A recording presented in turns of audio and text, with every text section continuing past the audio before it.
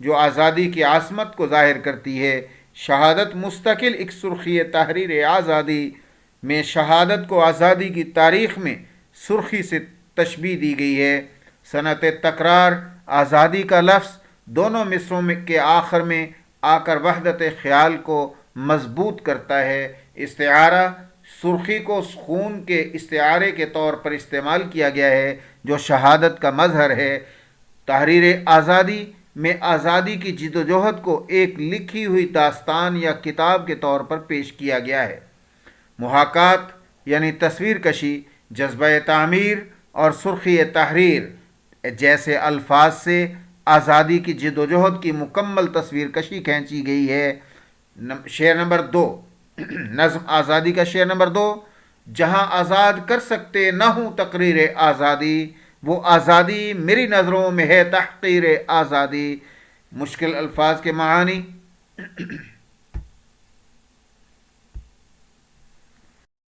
تقریر آزادی، آزادی کا اظہار خیال، گفتگو، تحقیر، بے قدری، بے حرمتی۔ شعر نمبر 2 کا مفہوم: جس جگہ پر لوگوں کو آزادانہ اپنے خیالات کے اظہار کی آزادی نہ ہو، میری نظروں میں ایسی آزادی کو آزادی کہنا آزادی کی تحقیر یعنی آزادی کی توہین ہے۔ تشریح: احسان دانش نے اس نظم میں آزادی کے جذبے اور آزادی کے فوائد و ثمرات کو اجاگر کرنے کی کوشش کی ہے۔ بر صغیر کے مسلمانوں نے انگریزوں اور ہندوؤں سے آزادی اس لیے حاصل کی تھی کہ انہیں ایک ایسا ملک میسر آ سکے جس میں انہیں معاشی، سماجی، معاشرتی اور سیاسی حوالے سے آزادی میسر ہو اور ترقی کے مواقع میسر آ سکیں۔ انہیں تقریر و تحریر اور اظہار رائے کی مکمل آزادی ہو، جو انگریزی اقتدار میں ممکن نہ تھی۔ لیکن بدقسمتی سے انگریزوں سے آزادی کے بعد بھی ملک عزیز میں عوام الناس کو تقریر و تحریر اور اظہار رائے کی مکمل آزادی میسر نہ آ سکی۔ گویا انگریز کی غلامی کے بعد اب ملک اشرافیہ کی غلامی میں مبتلا ہے۔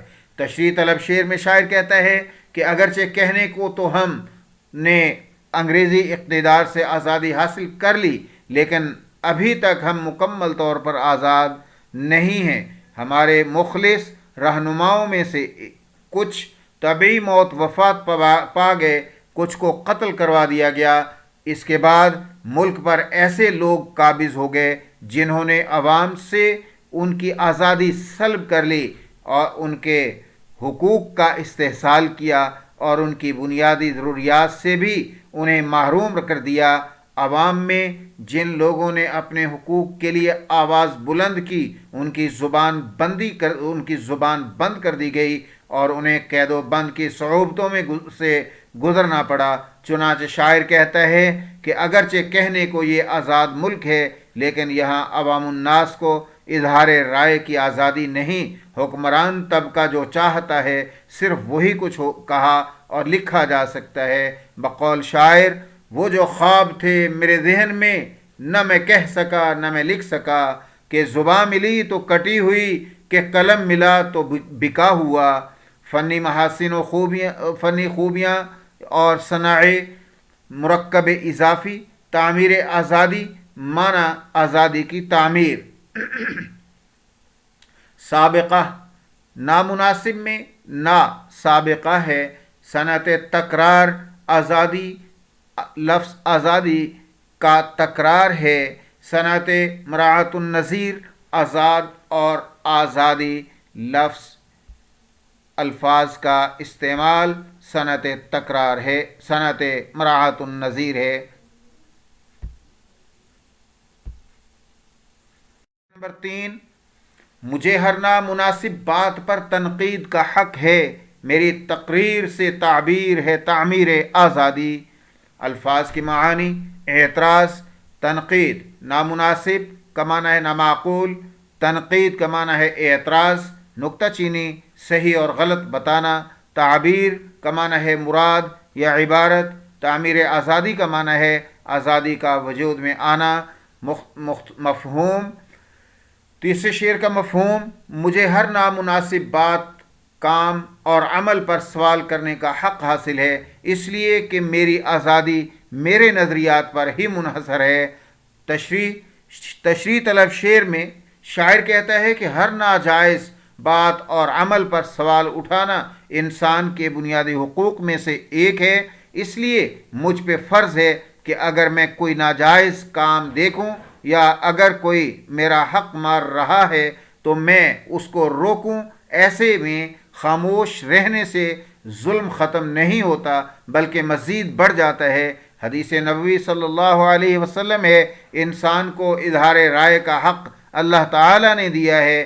انسان تمام معاملات زندگی میں آزاد ہے اور اس کی آزادی کا انحصار اس بات پر ہے کہ آیا وہ اپنے حقوق کے لیے آواز اٹھاتا ہے کہ نہیں۔ ساحر لدھیانوی نے کیا خوب کہا ہے، اگر تم میں سے کوئی شخص کسی برائی کو دیکھتا ہے تو اسے بدل دے، بدل نہیں سکتا تو اس کو زبان سے منع کر دیا جائے، زبانی بھی منع نہیں کر سکتا تو دل میں اس سے نفرت کریں۔ یہ حضور علیہ یہ ساحر لدھیانوی کا شعر ہے۔ کہا کہ ظالم کو جو نہ روکے شامل ہے ظلم میں، یہ حدیث مبارکہ تھی اس سے پہلے، اور ساحر لدھیانوی کا شعر یہ ہے، ظالم کو جو نہ روکے شامل ہے ظلم میں، قاتل کو جو نہ ٹوکے وہ قاتل کے ساتھ ہے، ہر حال میں حق بات کا اظہار کریں گے، ممبر نہیں ہوں گے تو سرے دار کریں گے۔ الغرض شاعر کے خیال میں اگر انسانوں کو اظہار خیال کی آزادی ہو، حکومتی پالیسیوں پر تنقید کا حق حاصل ہو تو آزاد ملک یا معاشرہ کہلائے گا۔ اسی طرح شاعر یہ بھی کہتا ہے کہ میری مثبت تنقید آزادی کو فروغ دینے میں مددگار ثابت ہوگی۔ ایسے دستور کو، صبح بنور کو میں نہیں مانتا، میں نہیں مانتا۔ فنی خوبیاں و صنائع، مرکب اضافی، تعمیر آزادی، میری تقریر، یہ مرکبات اضافی ہیں۔ صنعت تضاد، شعر میں تنقید اور تعمیر کے درمیان ایک خوبصورت تضاد موجود ہے۔ تنقید کو عمومی طور پر تخریبی سمجھا جاتا ہے مگر یہاں اسے تعمیر آزادی کے لیے لازمی قرار دیا گیا ہے۔ صنعت مراعات النظیر، تنقید اور تعبیر دونوں ایک دوسرے سے جڑے ہوئے ہیں اور آزادی کی تعمیر کی طرف اشارہ کرتے ہیں۔ صنعت حسن تعلیل، شاعر نے آزادی کی تعمیر کو اپنی تقریر سے تعبیر کیا ہے، گویا تقریر آزادی کے حصول کا ذریعہ ہے۔ یہ ایک خوبصورت تعلیل ہے۔ صنعت اعجاز، دو مصروں میں ایک وسیع اور گہرے فلسفے کو بیان کرنا صنعت اعجاز کی عمدہ مثال ہے۔ شعر نمبر 4، مجاہد کوہ دریا کی سرحدوں میں رہ نہیں سکتے، مجاہد کوہ دریا کی حدوں میں رہ نہیں سکتے، ہماری جنگ ہوگی جنگ عالمگیر آزادی۔ مجاہد جہاد کرنے والے کو کہتے ہیں، کوہ دریا پہاڑ اور دریا، حدوں یعنی رکاوٹوں اور سرحدوں، جنگ عالمگیر عالمی جنگ، پوری دنیا میں پھیلی ہوئی جنگ، تعمیر آزادی، آزادی کا وجود میں آنا۔ شعر کا مفہوم ہے آزادی کے مجاہدوں کی راہ میں، اور دریا حائل نہیں ہو سکتے۔ مجاہدوں کی راہ میں پہاڑ اور دریا حائل نہیں ہو سکتے، ہماری آزادی کی جنگ پوری دنیا میں پھیل جائے گی۔ تشریح طلب شعر میں شاعر کہتا ہے کہ آزادی کی خاطر لڑنے والے مجاہد کبھی کسی چیز سے ڈرتے نہیں اور نہ ہی وہ کبھی کسی مقام کو اپنا گھر بناتے ہیں۔ مجاہد زمینی تقسیم کو نہیں مانتے، ان کے سامنے ملکوں اور خطوں کی حد بندی کوئی معنی نہیں رکھتی۔ وہ زمین کو خدا کی ملکیت اور خود کو اس کی مخلوق سمجھتے ہیں اور آزادی کے ساتھ جینا پسند کرتے ہیں۔ وہ انسانوں میں تخصیص کاری کے قائل نہیں ہوتے۔ ایک مسلمان کا یہ یقین رہا ہوتا ہے کہ یہ زمین اللہ کی اور اس پر حکم بھی اللہ ہی کا ہے۔ گویا ملک بھی ایسا نہیں جو مسلمانوں کا اپنا ملک ہو، وہ کسی ایک خطے سے نہیں بلکہ جہاں جہاں انسان بستے ہیں ان تمام خطوں سے تعلق رکھتے ہیں، جیسا کہ علامہ اقبال نے کہا ہے، چین ہمارا، ہندوستان ہمارا، چین ہمارا، ہندوستان ہمارا، مسلم ہے سارا جہاں ہمارا، مسلم ہے سارا جہاں ہمارا۔ دوسرے حصے میں شاعر اس بات کی توثیق کرتا ہے کہ ہماری آزادی کی جنگ صرف ایک خطے تک محدود نہیں رہے گی، بلکہ پوری دنیا میں جہاں جہاں بھی انسانیت جکڑی ہوئی لوگوں کا استحصال ہو رہا ہے، ہماری جنگ وہاں وہاں تک جائے گی۔ شاعر کی خواہش ہے کہ لوگ آزادی کے ساتھ روئے زمین پر زندگی بسر کریں۔ ہم نے روندا ہے بیابانوں کو صحراؤں کو، ہم نے روندا ہے بیابانوں کو صحراؤں کو، ہم ہیں جو بڑھتے ہیں، ہم ہیں جو بڑھتے ہیں، بڑھتے ہی چلے جاتے ہیں۔ الغرض کوئی بھی رکاوٹ اور مصیبت ہمیں کمزور نہیں کر سکتی۔ آہستہ آہستہ ہماری یہ آزادی کی جنگ پوری دنیا میں پھیل جائے گی۔ ہر شہر، ہر گاؤں، ہر قریہ آزادی کے نعروں سے گونج اٹھے گا۔ پوری دنیا میں جہاں کہیں ظلم و جبر اور استحصال ہوگا، ہماری یہ جنگ وہاں تک ضرور پہنچے گی اور اقوام عالم کو آزاد کروائے گی۔ ہم سے واقف ہیں یہ دریا، ہم سے واقف ہیں یہ دریا، یہ سمندر، یہ پہاڑ، ہم نئے رنگ سے تاریخ کو دہراتے ہیں۔ یہ شعر ایک ولولہ انگیز اور انقلابی مزاج کا حامل ہے، جس میں آزادی کے لیے جد و جہد اور غیر محدود عزم کا بیان ہے۔ اس کے فنی محاسن اور صنائع درج ذیل ہیں۔ نمبر 1، صنعت تضاد۔ حدوں میں رہ نہیں سکتے اور جنگ عالمگیر کے درمیان ایک خوبصورت تضاد موجود ہے جو محدودیت اور غیر محدودیت کو واضح کرتا ہے۔ صنعت مراعات النظیر، کوہ و دریا دونوں قدرتی عناصر ایک دوسرے کی تکمیل کرتے ہیں اور مجاہد کے عمل کی وسعت کو ظاہر کرتے ہیں۔ صنعت مبالغہ، ہماری جنگ ہوگی جنگ عالمگیر میں مبالغہ کا اس خوبصورت استعمال کیا گیا ہے تاکہ آزادی کی جد و جہد کی شدت کو اجاگر کیا جا سکے۔ صنعت حسن تعلیل، شعر میں آزادی کی عالمگیریت کو جد و جہد کے ذریعے ممکن قرار دیا گیا ہے، جو ایک فنی تعلیل کا نمونہ ہے۔ شعر نمبر 5، غلامی کے دھوئیں اڑنے لگے بہروپیے کانپے، غلامی کے دھوئیں اڑنے لگے بہروپیے کانپے، فضاؤں میں جو گونجا نالائے شبگیر آزادی۔ الفاظ کے معنی: دھواں اڑنا، برباد ہونا، ختم ہو جانا۔ بہروپیے کا معنی ہے دھوکہ باز، فریب کار، بھیس بدلنے والا۔ کانپنا، لرزنا، ڈرنا۔ گونجنا کا معنی ہے بلند شور ہونا۔ نالا کا معنی ہے فریاد، اور شبگیر آزادی کا معنی ہے رات کے وقت کی جانے والی فغاں، رات کے وقت کی جانے والی فغاں۔ مفہوم: فضاؤں میں جب آزادی کا نغمہ گونجا تو غلامی کے دھوئیں اڑنے لگے اور دھوکے باز، فریب کار خوف سے لرزنے لگے۔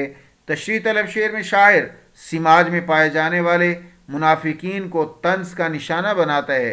ایسے لوگ جو اپنے ذاتی مفاد کے لیے سماجی اور ملکی مفاد کو پس پش ڈال دیتے ہیں، ایسے لوگوں کے لیے صرف اپنا آپ ہی سب کچھ ہوتا ہے۔ وہ جہاں سے اپنا فائدہ دیکھتے ہیں اسی طرف جھک جاتے ہیں۔ اب تو سماج میں یہ منافقت اور روپ تبدیل کرنے کا چلن عام ہو گیا ہے۔ جو اس کام میں جتنا ماہر ہوتا ہے اسے اتنے بڑے انعام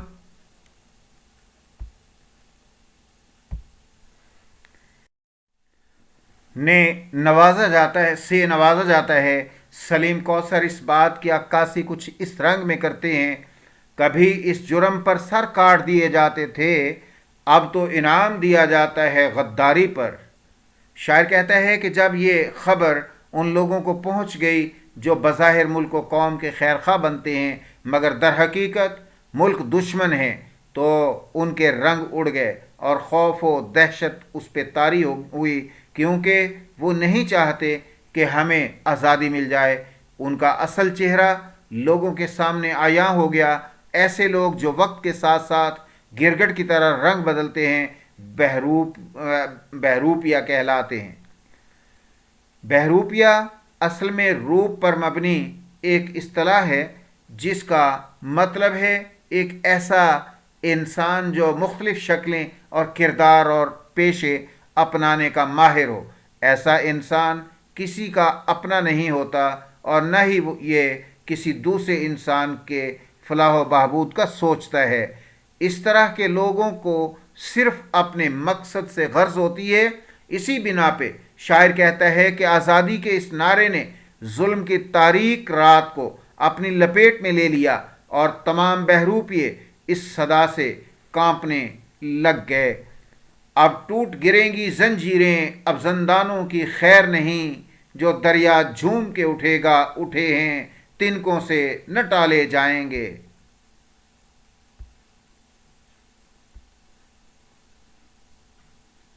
یہ لیکچر ابھی جاری ہے۔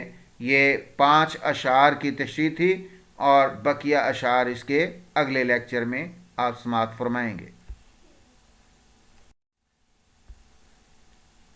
Urdu professor YouTube channel Urdu lecture series کے آج کے لیکچر کے ساتھ اردو پروفیسر یوٹیوب چینل سے پروفیسر چودھری محمد شریف آرائیں آپ سے اجازت چاہتے ہیں۔ دیکھتے رہیے اردو پروفیسر یوٹیوب چینل کو، شیئر، لائک اور سبسکرائب کرنا مت بھولیں۔ گھنٹی کے نشان کو بھی ضرور دبائیں تاکہ ہر نئے لیکچر سے آپ کو آگاہی ملتی رہے۔ شکریہ۔ اللہ حافظ۔